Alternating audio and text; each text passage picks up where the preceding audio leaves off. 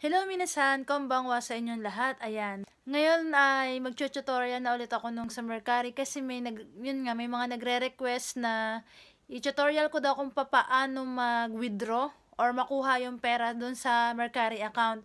So medyo natagalan nga ako sa paggawa nitong tutorial na to, gawa nga na hindi ko pa rin siya natatry and nagpaturo muna ako sa katrabaho ko dito. So ayan, wag na natin patagalin ang video na to.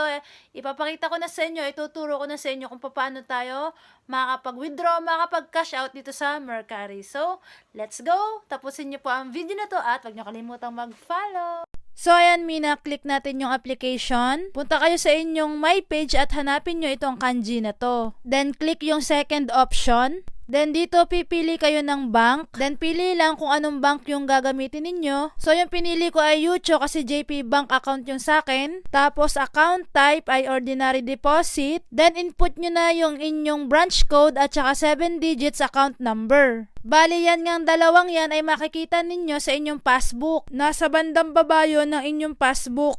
Then, input account name kung ano yung nasa passbook nyo. Pagtapos na kayo mag-fill up, ay click nyo lang itong red. Then, i-double check yung maigi yung nilagay nyo, tapos click OK. Then, dito naman, maglalagay na kayo kung magkano yung withdrawin ninyo. Tapos, mamimili kayo dyan kung rush ba or hindi naman yung pag-transfer. Then, may transfer fee na 200 yen. Tapos, click nyo yung suru, then click OK.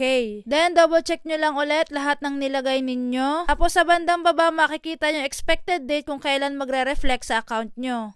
Then, click uli yung suru. Then, tapos na. Hintayin nyo na lang kung kailan papasok. Hanggang dito na lang muna. Diyan eh!